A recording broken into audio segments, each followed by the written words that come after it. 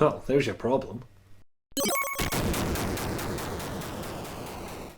Hello world, I'm making 12 videos in 12 days all about video games I played around Christmas time. Because somehow I didn't realise that Scott and I having so many Christmases together would mean our videos would collide, and he usually gets there first and I'd have to rewrite a bunch of them. I mean, for God's sake, the Comic Zone ones were pretty much identical. Also, there's a very appropriate Christmas themed tune from the game that I'm playing right now, which may sound familiar because I use it every damn year for the Games What I Finished videos. This is another of those played around Christmas time type stories, but it's the only one that's happened to me twice. I spent a Christmas at my parents' house with the finest laptop a student could buy with their own money. Seriously, OpenGL was an insurmountable challenge for that thing. My memory is off on this one, so this happened by some convoluted process of the following factors. Being into old console emulation, having grown up in a Sega household, looking at what Sega Mega CD games had come out, and having heard of Hideo Kojima at some point. And I came across Snatcher. A cyberpunk adventure game looking more than a little like a visual novel on a console I always kind of wanted but realised was rubbish,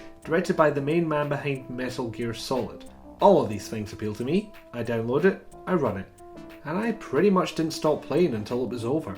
By the way, yes, this is a Konami game from before that company turned itself into a Saturday morning cartoon villain. The plot isn't exactly original. In fact, it's such a bastard child, Jon Snow would have been kicking its face into the dirt and stealing its lunch money. Blade Runner, Terminator, Akira to name but some. Used to be you'd play this and see cameos from famous movie actors until they realised they wouldn't get away with it outside Japan, so the only English language release replaced them with Konami characters. To summarise, you're a special type of cop working to hunt down Snatchers. These are human looking robots who appeared out of nowhere intent on killing humans and taking their place in society. There's more to say, the amnesiac husband and wife who drift apart without any memories to hold them together, the cute wee robot sidekick who's ever so slightly sarcastic, which I approve of, and it basically all goes Kojima from there.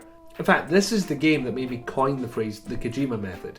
All the extra little touches that 80% of players may never touch, but if you decide to say a certain thing, or wait around in a certain area, or type a certain word into the database search, you get a little something back. These make a game look loved, like somebody truly cared about it, and I love them for it.